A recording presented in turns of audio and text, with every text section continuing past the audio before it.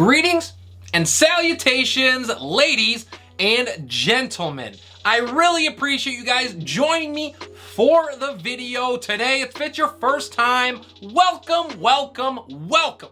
Please consider giving me a like and a subscribe. I cannot thank you guys enough for all the support that I have already received. It means so very much to me and it helps me out a bunch. Now, what I wanted to do in the video today was look at the top 10 wide receiver groups in the NFL. It was really hard for me to decide what that might be as far as the level, so I decided to go with the top 3 because I think it is the most impactful on every team. Now, before we get into that, as always, I'm gonna go from 10, work my way to my number 1 wide receiver group in 2022. So let's get into this version of Hot Off the Press.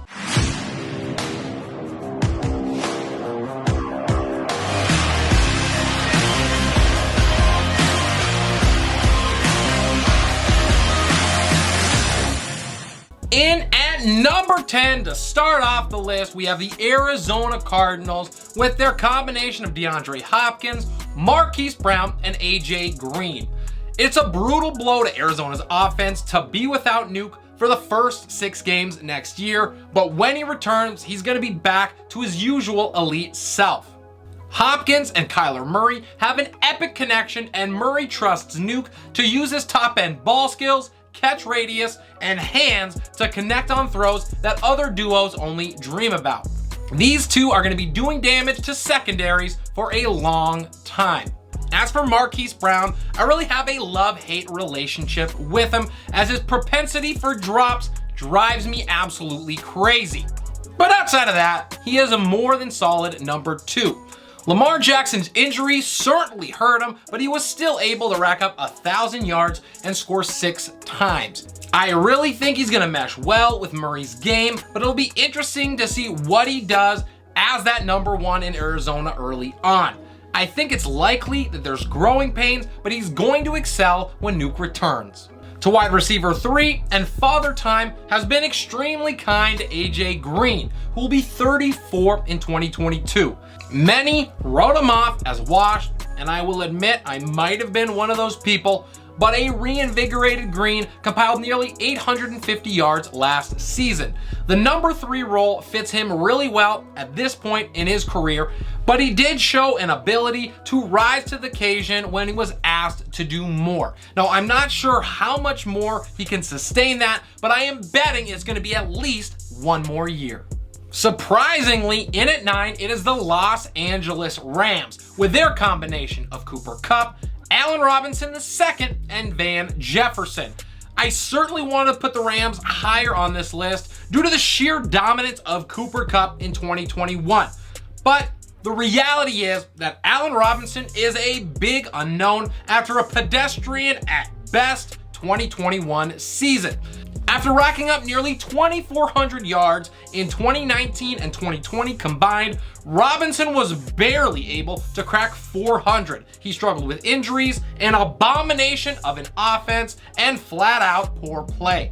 I am anticipating a resurgence, but without seeing it, I cannot possibly move LA up any higher on this list. We know what Cooper Kupp brings. His season last year was one of the all-time best for any wide receiver. He can do it all, and single-handedly, he could have moved LA into the top 5 if not for the lack of proven players, at least recently, behind him. Now, for Van Jefferson, he left me wanting more from him last year, especially once Robert Woods went down with that ACL injury, but he did finish with a respectable 802 yards, and he scored half a dozen times. His role seemed to shrink once Odell Beckham arrived, but he was still able to make an impact. Now, once again relegated to that number 3 role, Jefferson will likely be able to keep his production stable, providing a good third pair of hands for Matthew Stafford. The Eagles of Philadelphia earned their way to number 8 on this list with their trifecta of AJ Brown, Devonta Smith, and Zach Pascal. And what a move it was to go and get AJ Brown. Draft night was already crazy before this trade went down, but that move made it downright apocalyptic. I'm not gonna lie, I do have some questions after Brown's dual knee surgery in the offseason, and I can't help but think that there is a reason that the Titans were willing to part with such a dominant force. But for now, he has earned the benefit of the doubt. Missing 6 games over the last 2 years is certainly not ideal, but when Brown has been on the field, he quickly reminds us just what he is capable of. He is a terror in the open field with the ball in his hands, and he can turn a game single-handedly. He's averaging nearly 1,000 yards per year while only starting 36 games total in that time. If he returns to form and can click early on with Jalen Hurts, the Eagles will have robbed the Titans. To the second slot, and I was really surprised where Devonta Smith landed in PFF's top-ranked receivers of 2021. He fell within that top 25 range. Now, part of that was probably due to the struggles at quarterback in Philadelphia, but they clearly have quite a pair of wideouts right now. Smith tied for 5th in the league with 12 receptions of 20 yards or more, showcasing that big play ability. And to finish off in Philadelphia, we go to Zach Pascal, whose best trait thus far has been his availability. He's missed just 1 game in 4 seasons. He did struggle to produce last year in Indianapolis, and I think a change of scenery was good for both parties involved. He has 1,000 yards and 8 touchdowns over the last 2 years, so he is certainly carried by his teammates on this list. My Minnesota Vikings find their place on the list here at number 7 with Justin Jet Jefferson, Adam, I'm hooked on a Thielen, and KJ Osborne. Now, I will be honest, prior to deep diving, I expected the Vikings group of pass catchers to barely crack the list if they were on it at all. But scoring speaks, as does the production of one of the game's young studs out wide. Justin Jefferson is one of the best receivers in the league, and he is only getting better. It is absolutely incredible what he's done in just 2 seasons. He's going to be dominating defenders for years to come as the main engine in Minnesota's passing attack. There really isn't anything he cannot do, and he was the NFL's best receiver against press coverage in 2021. Adam Thielen has dealt with injuries over each of the last 3 seasons, missing a combined 11 games. Now, part of that has to do with his age, for sure. I don't think there's any arguing that. But what has kept him afloat and among the league's best still is his propensity for scoring touchdowns. Mr. Hooked on a Thielen has 24 scores over the last 2 years. What's even more incredible about that is when you see that he's played only 28 games in that span. And while he likely never hits his 2017 and 2018 numbers when he was putting up over 1,250 yards a season, if he keeps scoring, that will be just fine for Vikings fans. To wide receiver 3, and after redshirting in 2020, Osborne was forced into a more full-time role, basically out of necessity, and he started 9 games in 2021. He stepped up, especially when Thielen was out, and he finished with 655 yards and 7 tutties. KJ can burn you deep, and he fits what Minnesota needs as a third option. I am excited to see what Kevin O'Connell can bring to the Vikings passing attack, and it is probable that the Minnesota trio here produces even better numbers next year. I have the Chargers of Los Angeles in next at 6 with their trio of Keenan Allen, Mike Williams, and Jalen Guyton. The Chargers clearly loved the Williams-Herbert connection and dropped $20 million a year to secure Mike's services. Now, it can be debated if that price was right, but there is no doubt that it was good for Justin Herbert's game. Williams provides a monster target who wins in contested catch situations and in the red zone. His physical tools are excellent, as is his big play ability. Williams averaged over 15 yards per reception in each of the last 4 seasons, and in one of those, 2019, he averaged over 20 yards per catch. There are few more dependable or consistent than Keenan Allen. Over the last 5 years, he's averaging over 1,200 yards per season, and he scored 6 touchdowns or more in all of them. Allen just flat out knows how to get open, and he has no glaring weaknesses. Between him and Williams, Ellie has 2 wide receivers. They're ranked in the top 20 according to PFF. For Jalen Guyton, he is a dependable number 3 option, but he certainly is not anything special. He has started 11 games over the last 2 years and flashed potential when he's been called upon. There is an opportunity for him that with a bigger role, he could step up in his 4th season. Finally, we have made it into my top 5, and it starts on the beach in Miami with the Dolphins and their combination of Tyreek Hill, Jalen Waddle, and newly signed Cedric Wilson Jr. from Dallas. Now, over the past couple of years, Miami's wide receiver room has done a complete 180, and that was cemented by the big-time trade to go and get Hill. I think Miami gave up too much to get the wide receiver to Florida, but at the same time, I do get why it was done. Hill brings something else that no one in the league has. His mere presence on the field changes an entire defense. Anytime that he touches the ball, it could be 6. Good luck if you're the one guy standing between him and the end zone. Now, what he looks like without Patrick Mahomes remains to be seen, but the Dolphins are betting that he elevates Tua Tagovailoa, ensuring that the young signal caller is indeed the future. And if not, at least they know one way or another.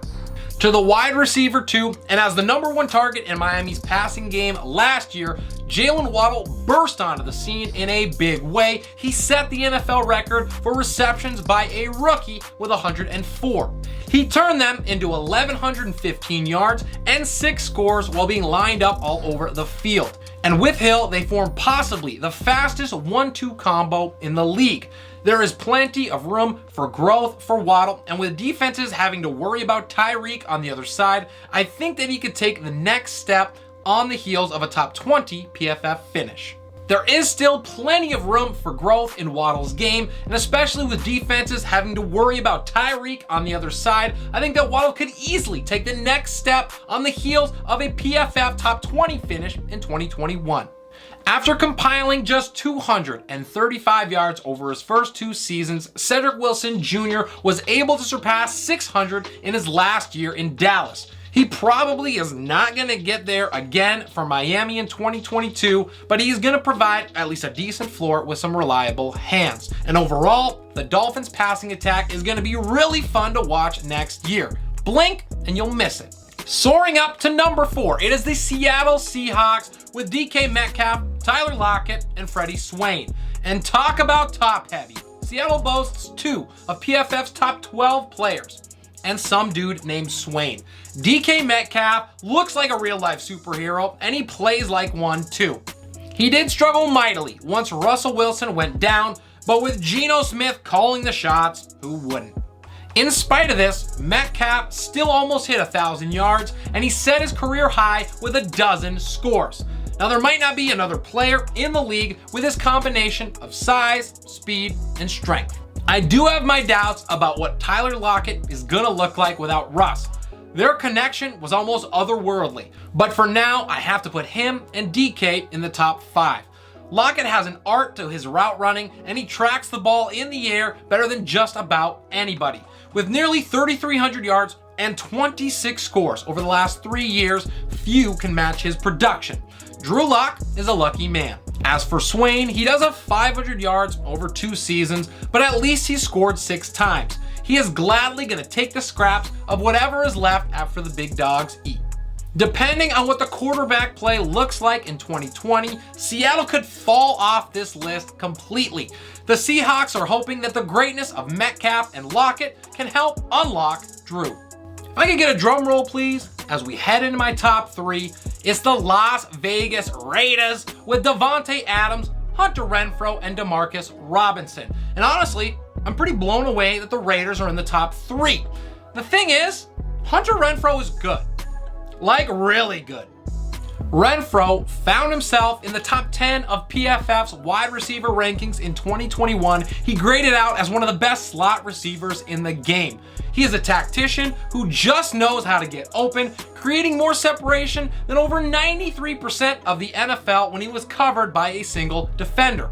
Even after Darren Waller went down, he found ways as the number 1 and really the only target left in Vegas. And after scoring 6 times in his first 2 seasons combined, Renfrow hit pay dirt 9 times in 2021. When you add Davante Adams to the mix, and he's been the number 1 wide receiver over the past 2 seasons, a top 3 finish is a sure thing. I think that Adams is certainly going to miss the connection that he had with Aaron Rodgers, but the transition to Vegas for him will not slow him down all that much. He's likely to top 1,300 yards and double-digit scores for the third consecutive year, and he puts on a clinic with his route running anytime that he steps onto the field. There may not be anybody in the NFL that can go toe-to-toe with him in a one-on-one situation. We round it out with Demarcus Robinson. He is not exactly the cherry on top, but at least he's got availability.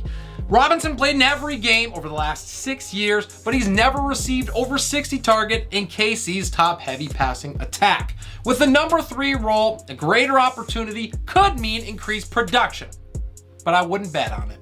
I have the Tampa Bay Bucs here at number 2 with Mike Evans, Chris Godwin, and newly signed wide receiver 3, Russell Gage. This is more of a 1A and 1B situation, but the combination of Evans and Godwin mean the worst case of pick your poison for opponents. Big Mike has started his career with 8 consecutive seasons going over 1,000 yards. That ties him for 6th all time. With his size, strength, and leaping ability, he is basically unguardable when the Bucs get in close. He scored a whopping 27 touchdowns over the last 2 years, and he has never averaged under 13.8 yards per reception in any season. In just 14 games in 2021, Chris Godwin totaled over 1,100 yards. He has missed time in each of the last 3 years, 11 games in total, so there is a bit of an injury concern. He's currently recovering from a torn ACL that was suffered in week 15 last year, and it is likely that he misses at least some time in 2022.